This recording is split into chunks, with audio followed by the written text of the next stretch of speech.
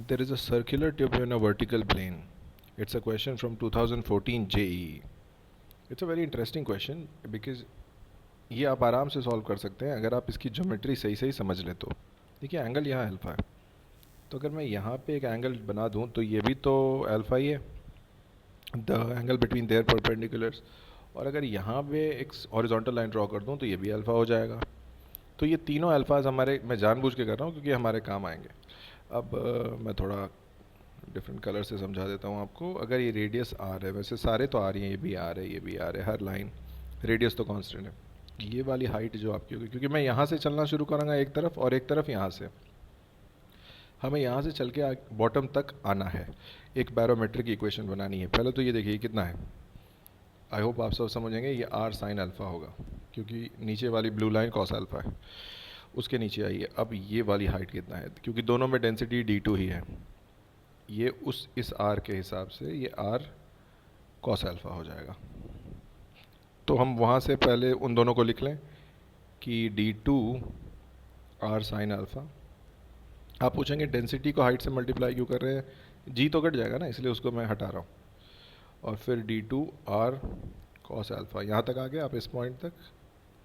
पर उसके बाद लिक्विड बदल गई है और ये दोनों पॉइंट्स के बीच का जो हाइट डिफरेंस है उसमें लिक्विड डेंसिटी d1 की है, और वो हाइट डिफरेंस अगर मैं आपसे पूछूं कितना है, that will be r1 minus cos alpha. आप पूछेंगे कैसे, देखिए पूरी जो वर्टिकल लाइन है ना, ये वाली, ये आर है, और जिसमें कि इतना सा जो है वो आर कॉस अल्फ़ा है। तो जो बच गया नीचे वाला इतना सा, वो r1 माइनस कॉस अल्फ़ा होगा। अब आप बॉटम तक आ गए, हो गया बैरोमेट्रिक इक्वेशन। राइट साइड से हमने कर लिया, अब लेफ़्ट साइड यानी इधर से नीचे आते हैं। यहाँ तो एक ही लिक्विड है और इसकी हाइट यहाँ है और ये यहाँ है। मुझे बेसिकली ये हाइट बतानी है, ये हाइट बतानी है। थोड़ा सा सोचेंगे आप तो वो हाइट अब तक शायद आपको मिल भी गई होगी। r1 माइनस कॉस नहीं, साइन अल्फ़ा होगा वो साइड।